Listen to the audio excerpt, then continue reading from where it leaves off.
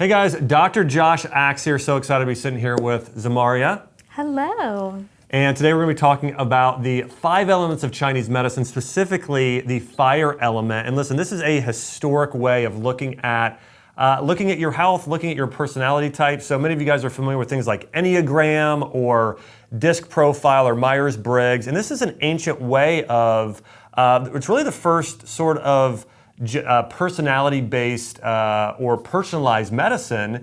And so what we're going to do here with Zamaria is really talk about what her element is, and that really is going to help determine how she should eat and really take care of her health. Because here's the thing, a lot of people think that there's one diet for everybody. The truth is, really there isn't one diet for everybody, is that everybody is a unique individual and should be eating a little bit differently. So let's talk about it. I know you took a quiz, right? Yes, so I took a quiz because everybody kept trying to tell me, oh, you're this, you're that. So I took the quiz and I actually got Earth, which was like not what people were telling me I was. So as I was reading through it, I was like, okay, yeah, I don't know. So I was really interested to see what you had to say about me being a fire. Yeah, so, and I think when we're talking about the elements, sometimes there's a little bit of overlap, especially when you look at an earth or a fire, or sometimes a wood and a metal, there's some similar characteristics.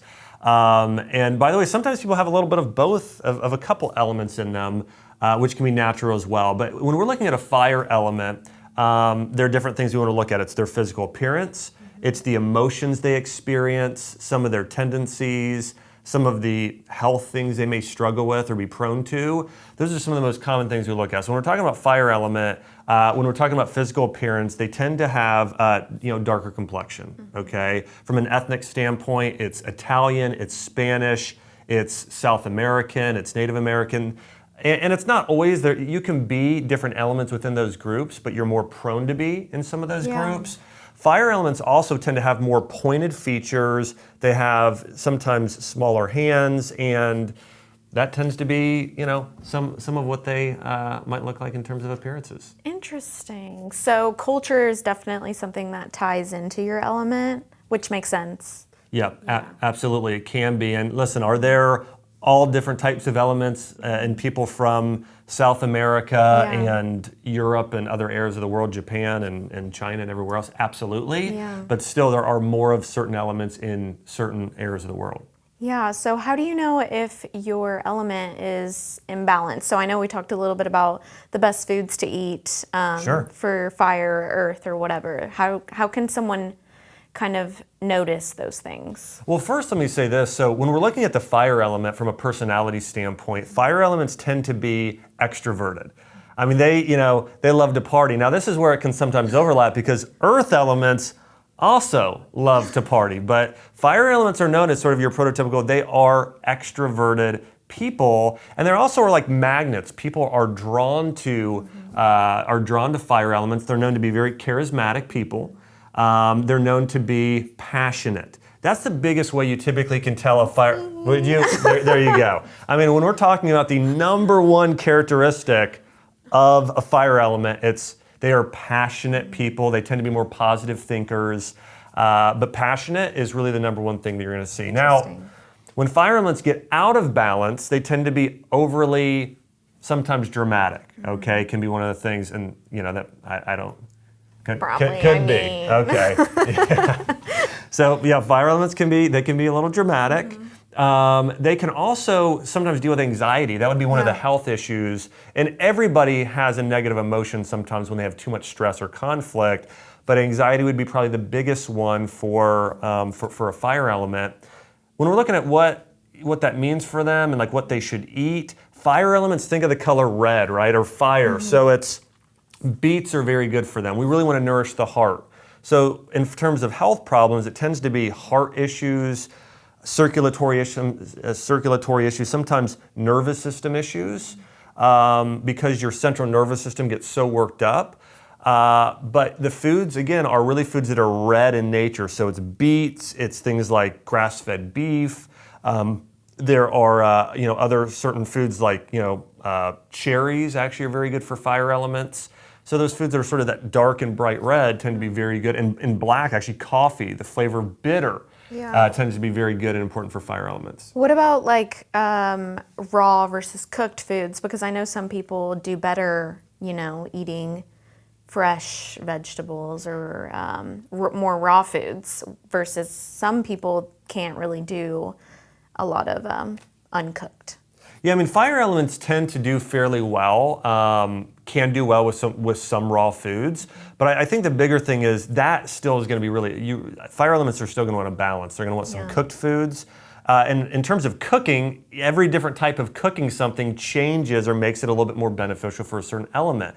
So frying something, or especially grilling something on a grill where there's fire, that tends to be the most beneficial, or tends to lean more towards supporting a fire element, because when you grill something, it actually starts to getting more of a bitter flavor. Yeah. So how do you, I know another question that I had was, sometimes you, like physical symptoms you can have whenever you're out of balance.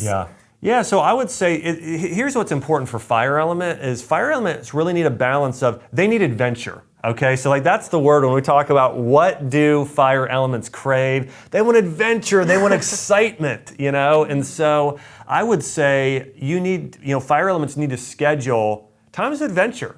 Things that are fun, they need to have some adventure in their life for them to be really fulfilled. They also need to set up things where they're in fun social environments.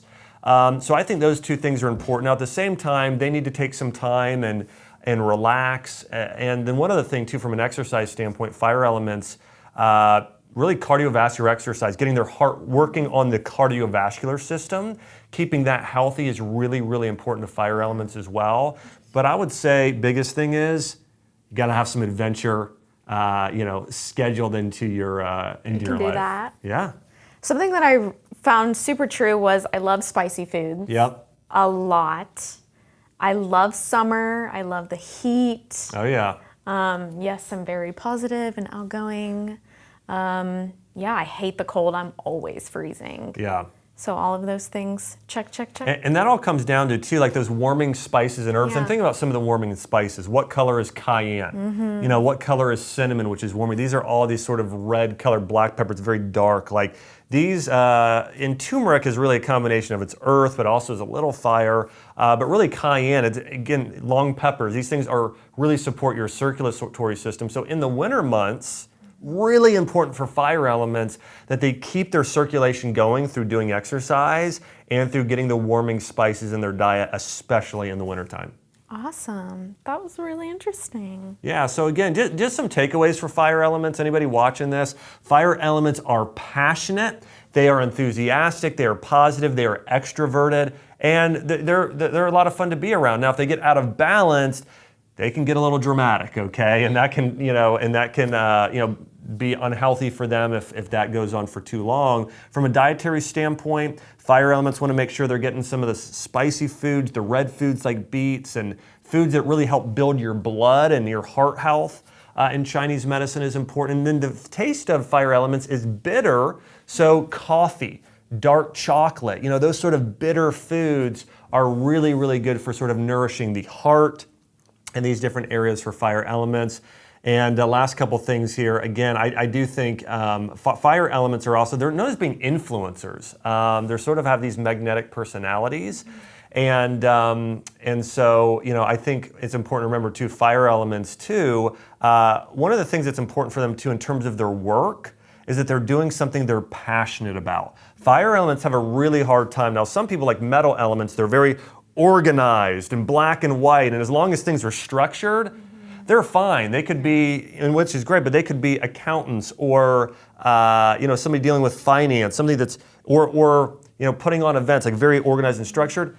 A fire element, if they get in an area of life where they just are not using their gifts and they're not doing something they're passionate about, it will completely suck and drain their energy. So it's so important that, again, big thing for fire elements, they're around people that get them excited and that they are doing something that they're passionate about. And listen, all these things are important. Like a lot of times we're talking about doing something you're passionate about, but if somebody's doing something they're not passionate about, that can actually create health problems because we know that your emotional and mental state is so connected to your physical state. Yeah. And that's what's amazing about Chinese medicine is in the 5 elements is they really look at, hey, take care of your emotional health this way, it affects your physical health, or eat these foods because it affects your mental and emotional state.